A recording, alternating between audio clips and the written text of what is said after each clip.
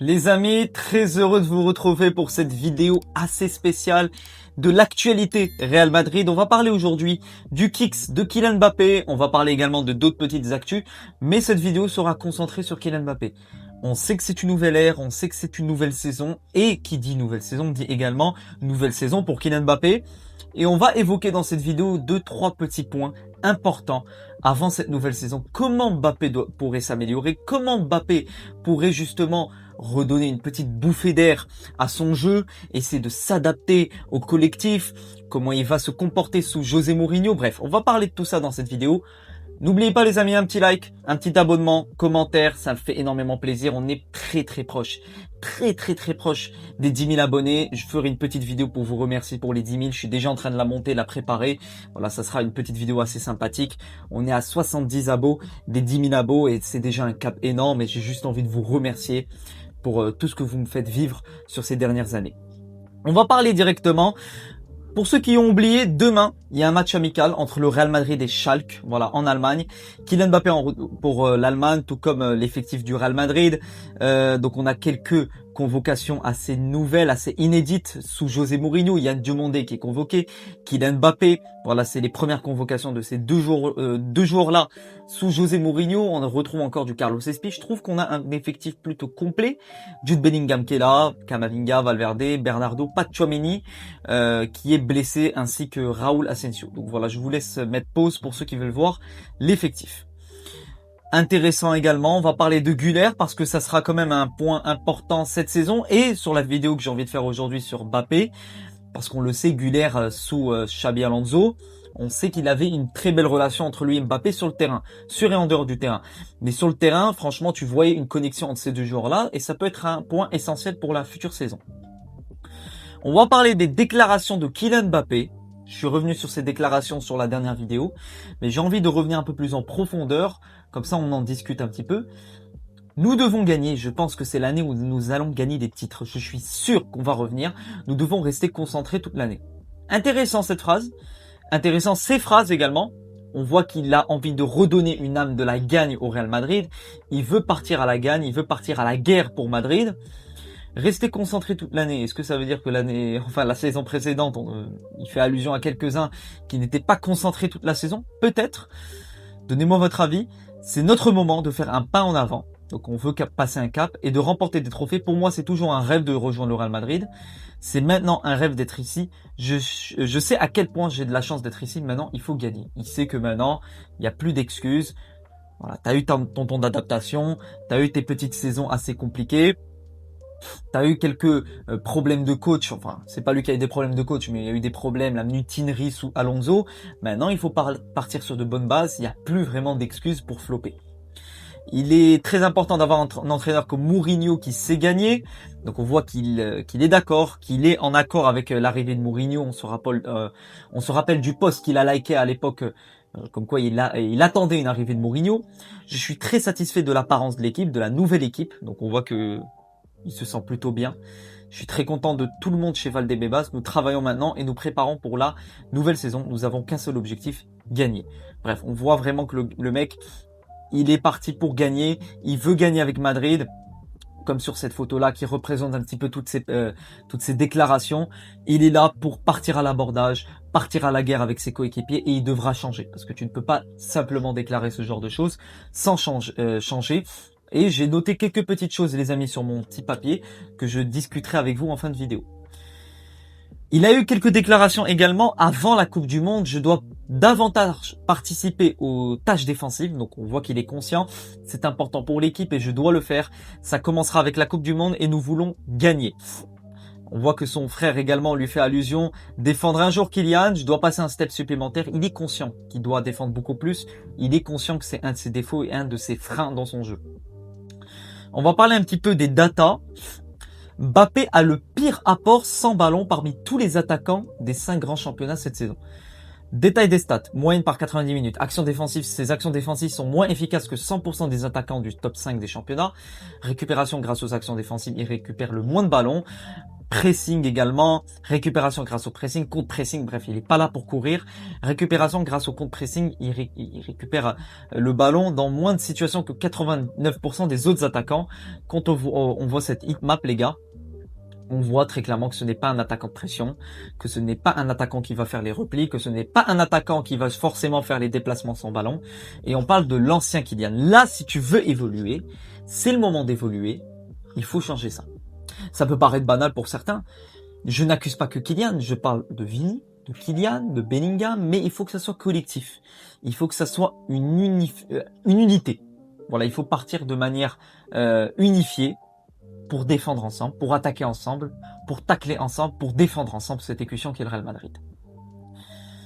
Tac, tac, tac. Voilà, les différentes actions et déplacements de Kylian Mbappé face au Betis Séville, c'était la saison passée. Je vous laisse observer cette petite vidéo. On voit que c'est un joueur qui, malgré certaines ouvertures, il va pas forcément faire l'action pour prendre la profondeur, il va plutôt être dans le pivot, retarder l'action. Il doit étudier un peu plus ses déplacements, étudier un peu plus ses déplacements sans ballon, comment ouvrir des espaces également à ses coéquipiers, comment prendre la profondeur au bon moment. Alors ça charge un petit peu. On sait que c'est un mec qui veut gagner le Ballon d'Or cette saison.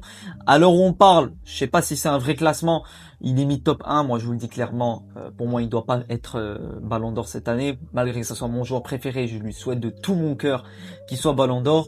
Pour moi, tu as des joueurs comme Kane, Gvara, Olise, qui méritent largement sur l'ensemble de la saison qu'ils ont pu réaliser. Kane, c'est 70 buts avec plein d'assists, de mes finales de Coupe du Monde, 3e, de mes finales de Ligue des Champions. Il gagne la Bundesliga et la Pokal. Il est acteur majeur sur pas mal de choses avec le Bayern. Dembélé également. Gvara, meilleur joueur de la Ligue des Champions. Donc pour moi, il y a beaucoup plus de critères que d'autres joueurs remplissent que lui. Une connexion entre Mbappé et Jude Bellingham à l'entraînement.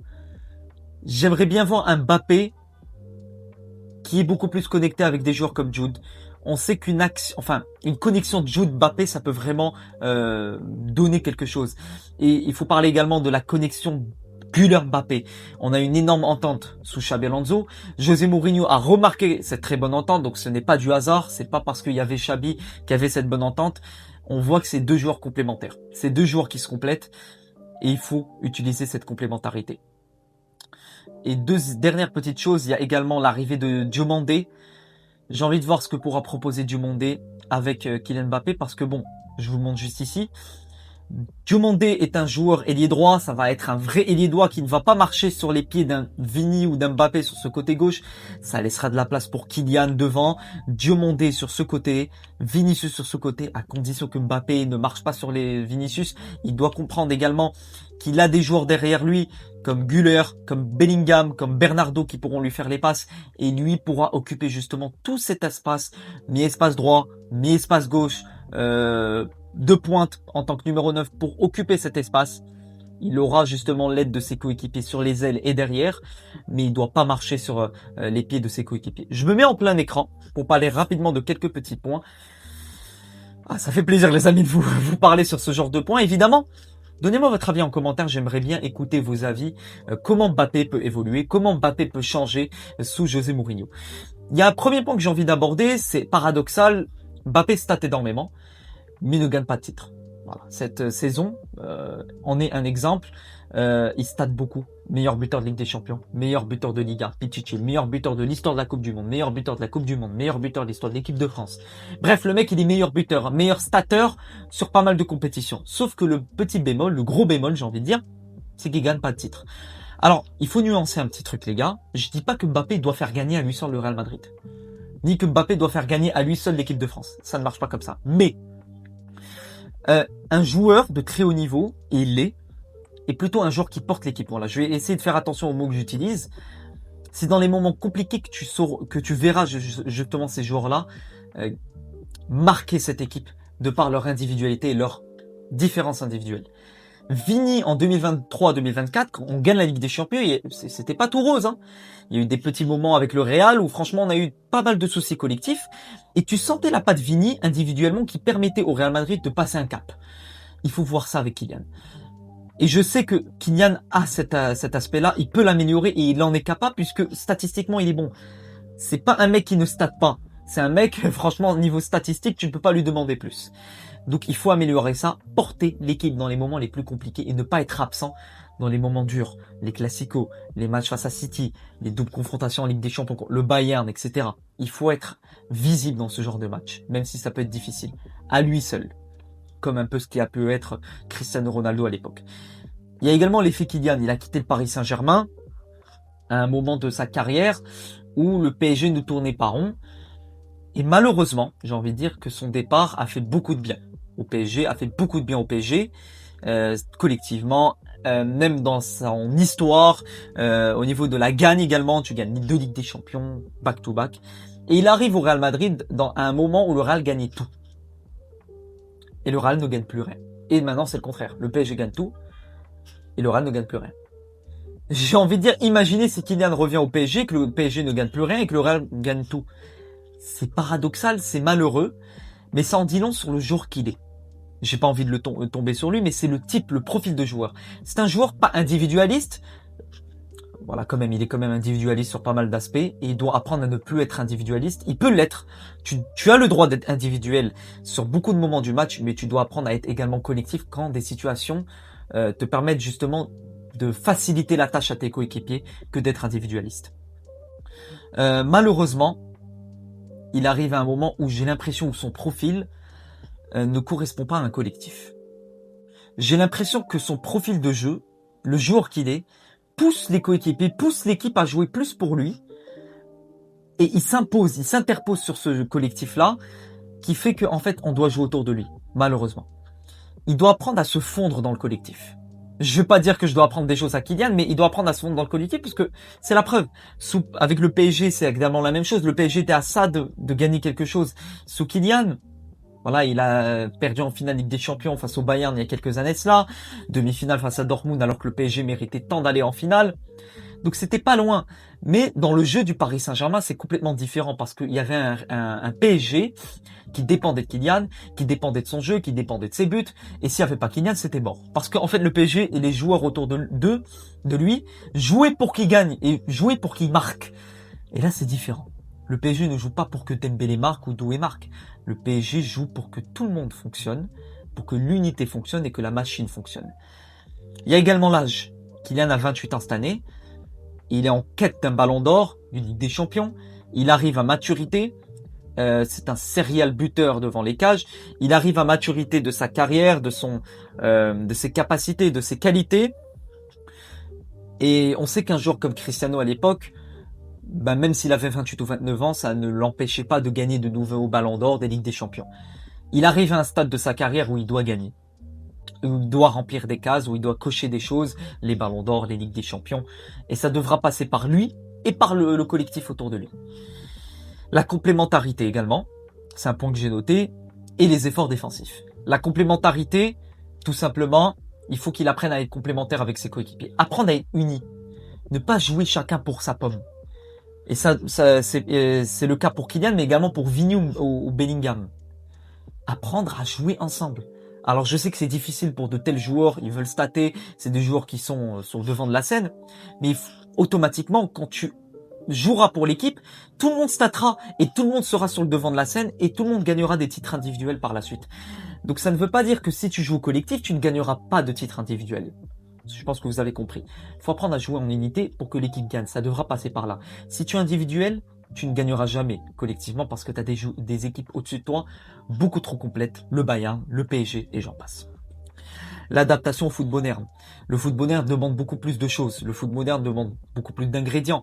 Les efforts défensifs, le jeu sans ballon, le jeu de pressing, de contre-pressing, le jeu également d'espace, savoir combiner, savoir être complémentaire avec son milieu, ses coéquipiers. Ça demande beaucoup de choses. On n'est plus dans le foot des années 2000 qui demande simplement de marquer des buts et d'être bon devant les cages. Ça a complètement changé. Et ça, il faudra l'étudier cette saison. Et enfin, on parle de poison. Moi, je pense pas que Kylian soit un poison pour le Real ni pour le football. Mais je pense que c'est un joueur qui doit se redéfinir au foot moderne. Il a les qualités pour. Il doit se redéfinir.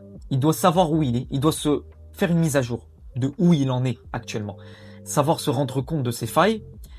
Les hors-jeux. Il est beaucoup trop de fois hors-jeu, pas complémentaire, beaucoup trop individualiste sur pas mal de choses. il prend peu la profondeur. Il y a certains espaces où il coupe justement une action de jeu qui pouvait être jouée beaucoup plus rapidement.